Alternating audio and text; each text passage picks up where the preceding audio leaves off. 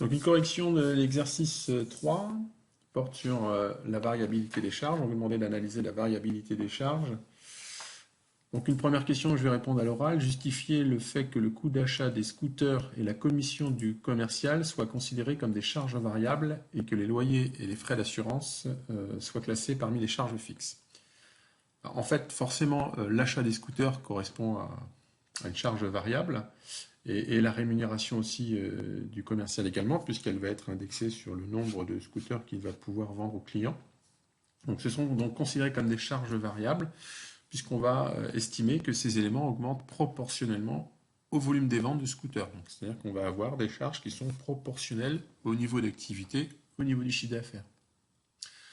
Par contre, les loyers, tout ce qui est loyer et assurance, on va considérer que ce sont des charges fixes car quel que soit le niveau d'activité, quel que soit le nombre de scooters que l'on va vendre, ces charges fixes ne vont pas être modifiées.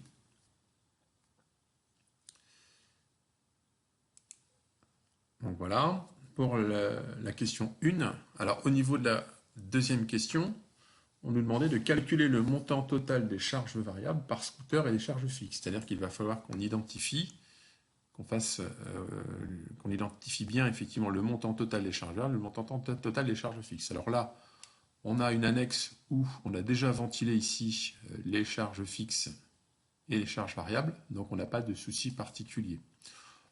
On voit bien qu'on a une information concernant là ici la commission du commercial par scooter vendu. Alors, je sais que le prix de vente moyen d'un scooter, c'est 3 500 €, parce que c'est donné effectivement dans l'énoncé. 3 500 €. 3 500 €. Concernant les charges variables par scooter, on va avoir le coût d'achat moyen d'un scooter qui va être de 2600 €, donc qui est ici. On a le coût d'achat moyen d'un scooter, donc 2600 € que je reporte.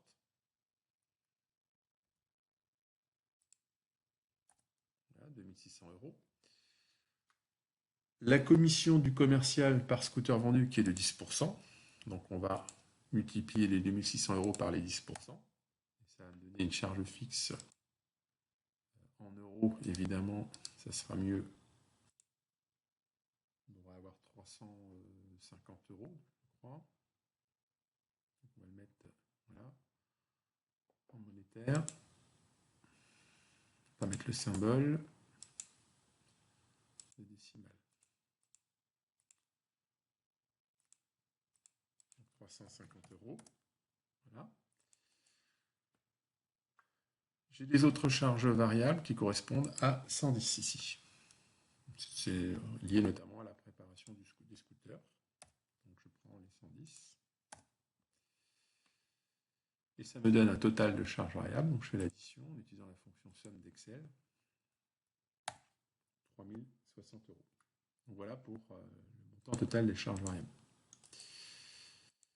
Concernant le montant des charges fixes, j'ai des loyers et charges. Un montant de 1210 €. Des assurances, primes d'assurance, 395 €. Entretien et réparation des scooters, locaux matériels, 250 €. Les salaires fixes, 4615 €. Les charges sociales afférentes aux salaires fixes, 1892 €. Et puis j'ai des frais bancaires liés à des emprunts, remboursement d'emprunts qu'a effectué l'entreprise pour financer par exemple des investissements, 220 €. Et puis j'ai une rubrique dotation aux amortissements de provisions qui correspond à l'amortissement de tout ce que sont les investissements, les immobilisations, et 100 €.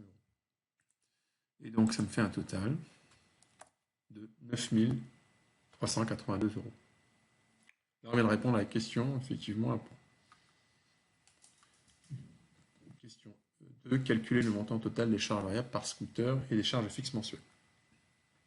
Donc, voilà. Ensuite, on nous demande d'expliquer l'évolution de ces charges lorsque le nombre de scooters vendus augmentera. Alors, en fait, si on a une augmentation du nombre de scooters, on va avoir une augmentation, par exemple, forcément le chiffre d'affaires augmentera, et donc ce sont les charges variables qui, par définition, augmenteront proportionnellement au chiffre d'affaires. Les charges fixes restant fixes jusqu'à un certain point, c'est-à-dire que si par exemple on décide de recruter parce que le volume d'activité est plus important, forcément on augmentera la masse salariale, et donc on aura une évolution par palier des charges fixes et des charges sociales. Si on veut emprunter à nouveau pour agrandir le magasin ou pour ouvrir un deuxième point de vente, là c'est pareil, on aura une augmentation des charges financières et donc une augmentation par palier des charges fixes. Donc retenez que les charges variables augmentent proportionnellement au niveau du chiffre d'affaires et retenez que les charges fixes, elles restent stables jusqu'à un certain point. Et lorsque on veut investir davantage, ou en tous les cas on veut recruter, on peut augmenter les charges fixes, mais ces charges fixes évolueront par palier. Donc ensuite, on nous demande de présenter le compte de résultat par variabilité pour la vente de 30 scooters. 30 scooters. Donc évidemment, si on me demande de vendre 30 scooters, sachant que le prix d'un scooter, c'est 3500 euros, hein, c'est ce qui est donné dans l'annexe. Donc si je multiplie 3500 euros par 30 scooters, je vais forcément avoir un chiffre d'affaires de 105 000 euros. Mes charges variables, elles, c'est pareil. Le coût moyen d'un scooter, je vais multiplier 2600 euros par 30 scooters. Donc pour les charges variables, on va avoir la vente des 30 scooters. Donc on va avoir 30 scooters à... donc je calcule, 30 scooters à 3500 euros.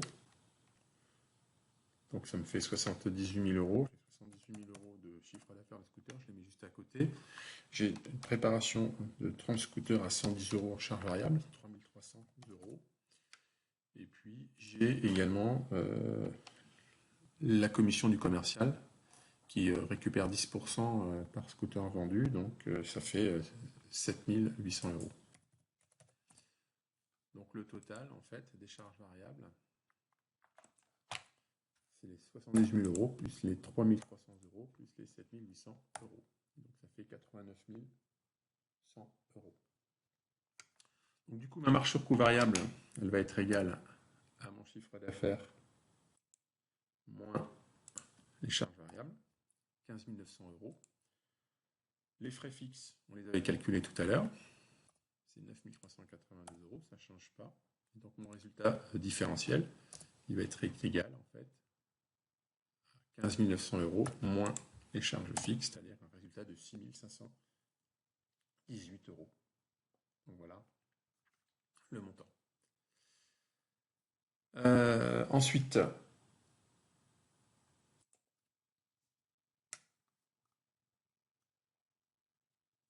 donc, ce qu'on peut dire, c'est qu'avec la vente de 30 scooters, l'entreprise dégagera un bénéfice de 6 518 euros. Alors, on ne vous l'a pas demandé, mais on pourrait calculer le taux de marge, le seuil de rentabilité. Hein, parce qu'on a vu que le seuil de rentabilité, hein, si je remets la formule du seuil de rentabilité, c'est-à-dire c'est le résultat à partir duquel on commence à faire du bénéfice. Donc c'est égal aux charges fixes divisé par le taux de marge sur coût variable, c'est-à-dire 15 900 euros divisé par les 105 000 euros et le tout en pourcentage, c'est-à-dire fois 100.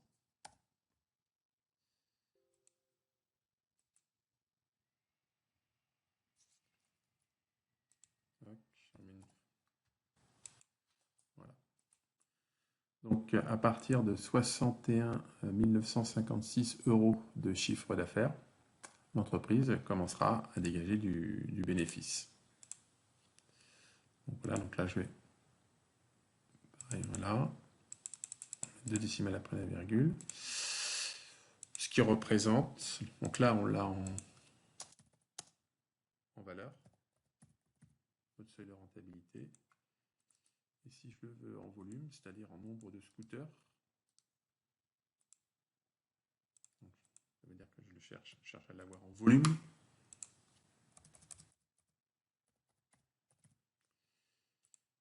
Il suffit que je divise donc seuil de rentabilité par 3500 €. Et j'obtiendrai en fait 18 scooters. Voilà. Il faut que le magasin vende 18 scooters pour pouvoir amortir tous ses frais. Voilà pour l'exercice d'application 3. Donc vous savez maintenant calculer un seuil de rentabilité, repérer des charges variables, des charges fixes, et puis présenter aussi le tableau différentiel d'exploitation.